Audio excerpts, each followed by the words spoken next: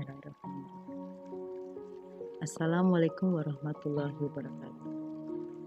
Salam dan bahagia. Apa kabar anak-anakku? Semoga kalian sehat, bahagia di masa pandemi ini. Sebelum kita memulai pelajaran, sebaiknya kita berdoa terlebih dahulu. Berdoa dimulai.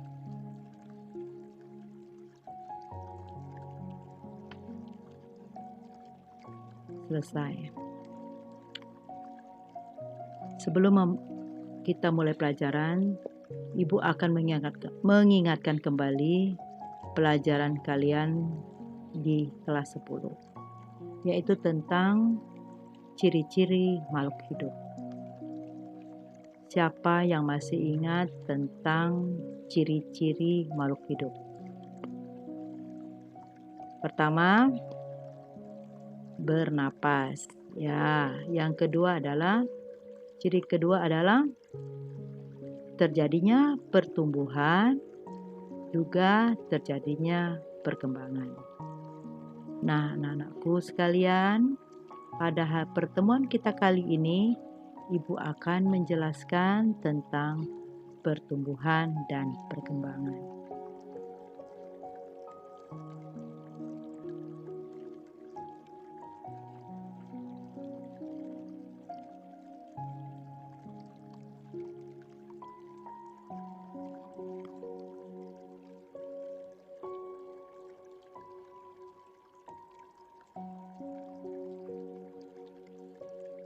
Coba kalian lihat video pertama. Ada pohon, kemudian pohon itu tumbuh kecil, kemudian membesar. Nah, itu yang disebut dengan pertumbuhan. Anak-anak ya, seperti inilah kalau pertumbuhan pada tanaman. Ya, perhatikan anak-anak. Yang kedua, video berikutnya.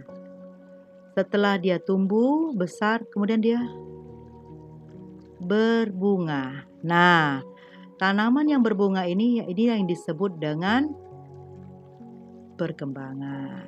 Nah, pada KD pertemuan kali ini, yaitu KD 3.1, menjelaskan pengaruh faktor internal dan faktor eksternal terhadap pertumbuhan dan perkembangan makhluk hidup. Kemudian pada KD 4.1 menyusun laporan hasil percobaan tentang pengaruh faktor eksternal terhadap proses pertumbuhan dan perkembangan tanaman. Tujuan pembelajaran kita hari ini adalah menjelaskan perbedaan pertumbuhan dan perkembangan. Yang kedua, menjelaskan macam-macam perkecambahan pada biji. Yang ketiga adalah macam-macam pertumbuhan. Nah, lingkup penilaian yaitu dengan penilaian sikap, yaitu dengan observasi. Yang kedua adalah penilaian pengetahuan, yaitu dengan tes tertulis dan tugas. Yang ketiga adalah penilaian keterampilan, yaitu dengan praktik. Kita masuk dengan tujuan pembelajaran kita yang pertama, yaitu pengertian tumbuhan. Pengertian pertumbuhan yaitu perubahan biologis yang terjadi pada makhluk hidup yang ditandai dengan adanya penambahan ukuran yang bersifat irreversibel. Jadi, irreversibel di sini adalah tidak bisa kembali ke asal. Jadi ukurannya tidak bisa kembali ke asal. Ya anak-anak. Sejak kapan pertumbuhan itu terjadi? Pertumbuhan itu terjadi pada saat terjadinya fertilisasi, sehingga terbentuknya embrio di dalam biji. Setelah itu biji akan berkecambah. Kita lanjut ke pengertian perkembangan. Nah, perkembangan itu adalah peristiwa perubahan biologis yang terjadi pada saat makhluk hidup yang ditandai dengan perubahan sifat dan tidak dapat diukur. Kalau pada tumbuhan itu ditandai dengan kemampuan tumbuhan menghasilkan sel gamet, menghasilkan bunga atau buah yang merupakan tanda kedewasaannya. Ya anak-anak. Sekarang, kapan pertumbuhan dan perkembangan itu diawali? Pertumbuhan bakal biji dan bakal buah itu dimulai dengan perkecambahan. Kemudian terjadi pertumbuhan, kemudian menjadi dewasa. Perkembangan bakal biji itu adalah di bakal biji itu terdapat biji. Kemudian di biji itu sendiri terdapat zigot, embrio, dan endosperm. Endosperm ya. Sekarang bagaimana perkembangan endosperm? Endosperm itu adalah kayak cadangan makanan. Kalau pada tanaman dikotil, cadangan makanannya akan diberikan pada kotiledon sebelum biji tumbuh. Sedangkan pada monokotil disimpan dan digunakan sampai masa perkecambahan. Jadi itu ya anak-anak ya. Kemudian kita lanjut, di sini ada gambar struktur biji monokotil dan dikotil. Nah, yang di atas ini, yang perhatikan yang warna merah ini, yang coklat itu anak-anak, itu adalah tanaman kacang dikotil. Jadi ini adalah struktur kacang dikotil. Jadi kalau terjadi perkecambahan, kemudian percambahan tadi bijinya ini kita belah, maka akan kelihatan strukturnya kulit biji, kemudian ada flumula, ada radikula yang menjadi calon akar, kemudian ada epikotil, ada hipokotil, dan kotiledon. Nah, coba bandingkan dengan tanaman monokotil. Mana pada tanaman monokotil itu terdapat kotiledon, koleoptil, flumula, kleoriza, jaringan buah, kulit, biji, endosperm, epikotil, dan radikula. Nah, itulah struktur kacang dan jagung. Nah, kacang itu mewakili dikotil dan jagung mewakili monokotil. Ya, anak-anak. Kita lanjut sini. Apa fungsi dari bakal buah? Perkembangan bakal buah itu akan tumbuh menjadi buah. Selanjutnya yang bakal buah tadi itu berfungsi melindungi ketika biji dipencarkan oleh angin atau hewan. Jadi bakal buah itu akan tumbuh menjadi buah. Kemudian dia mempunyai kulit yang kuat, yang tahan terhadap lingkungan luar, sehingga dia jika terbawa oleh angin atau terbawa oleh hewan, maka bakal buah itu tidak akan rusak sebelum terjadi perkecambahan.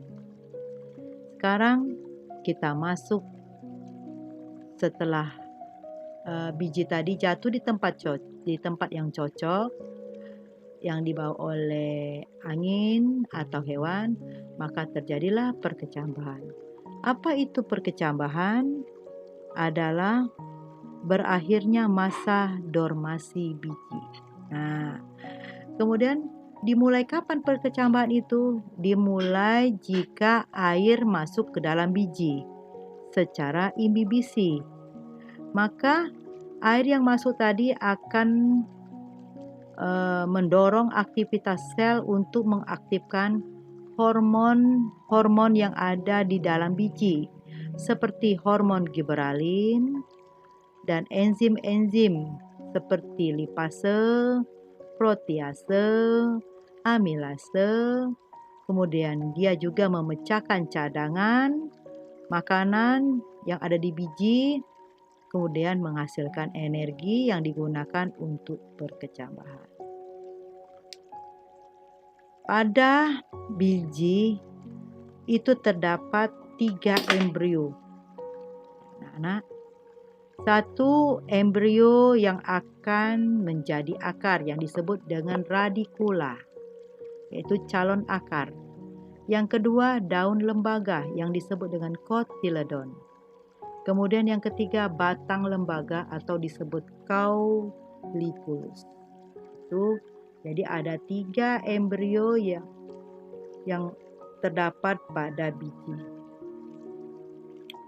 Kemudian kita masuk perkecambahan. Perkecambahan itu ada 2 macam, yaitu perkecambahan epigeal dan perkecambahan hipogeal. Kalau perkecambahan epigeal itu adalah perkecambahan yang ditandai dengan bagian hipokotil terangkat ke atas permukaan tanah. Ya, anak-anak. Jadi hipokotilnya terangkat ke atas permukaan tanah. Kemudian kotiledon berfungsi sebagai cadangan energi yang akan melakukan proses pembelahan dengan sangat cepat untuk membentuk daun. Nah, perkecambahan epigeal ini dapat kalian lihat pada tanaman kacang hijau. Ya, anak-anak. Yang kedua, perkecambahan hipogeal. Apa itu perkecambahan hipogeal? Perkecambahan yang ditandai dengan bakal batang yang muncul ke permukaan tanah. Sedangkan kotiledon tetap berada di dalam tanah. Dan perkecambahan hipogeal ini dapat kalian lihat pada perkecambahan kacang kapri, ya anak. Kemudian kita masuk di sini yaitu pertumbuhan. Pertumbuhan itu ada 2, yaitu pertumbuhan primer dan pertumbuhan sekunder. Nah, kalau pertumbuhan primer itu pertumbuhannya terjadi pada akar dan batang yang menjadi bertambah besar. Betul. Jadi di sini pertumbuhan akar batang menjadi bertambah panjang, aktivitas pertumbuhan akar akan panjang, kemudian batang akan bertambah tinggi. Nah, ini akibat aktivitas meristem apikal. Maka tumbuhan primer itu terdapat pada ujung akar dan ujung batang. Nah, sekarang pertumbuhan sekunder itu menyebabkan tumbuhan menjadi besar. Itu disebabkan aktivitas kambium. Nah, aktivitas kambium ini mengakibatkan terbentuknya lingkaran tahun pada batang. Ya anak-anak. Sekarang setelah terjadi perkecambahan, maka akan terjadi perkembangan pada tanaman tersebut, di mana tumbuhan sel-sel kelaminnya itu menjadi matang. Setelah matang, maka tanaman tersebut akan berbunga. Setelah berbunga, maka akan menjadi buah. anak-anak. Jadi seperti itulah terjadinya perkembangan pada tanaman dan terjadinya perkembangan pada pertanian. Ya. Maka kita simpulkan pelajaran kita hari ini adalah pertumbuhan itu bersifat irreversibel, ya, kemudian dapat diukur bersifat kuantitatif, contohnya tumbuhan bertambah tinggi atau besar, kemudian terjadinya perkembangan itu tidak dapat diukur, maka bersifat kualitatif, contohnya alat reproduksinya telah bekerja atau berfungsi yang ditandai dengan adanya bunga atau buah. Sedangkan pertumbuhan epigeal dan hipogeal, kalau epigeal kotiledonnya akan terangkat ke atas tanah, sedangkan hipogeal yaitu kotiledonnya tetap di dalam tanah. Anak-anakku, untuk lebih memahaminya, maka sebaiknya kalian menjawab latihan pada buku paket biologi pada bab pertumbuhan dan perkembangan. Jawablah soal dari 1 sampai 20. Kemudian tugas kalian dikumpul pada pertemuan berikutnya. Nah, Ibu akhiri pada pertemuan kita hari ini. Assalamualaikum warahmatullahi wabarakatuh. Salam dan bahagia.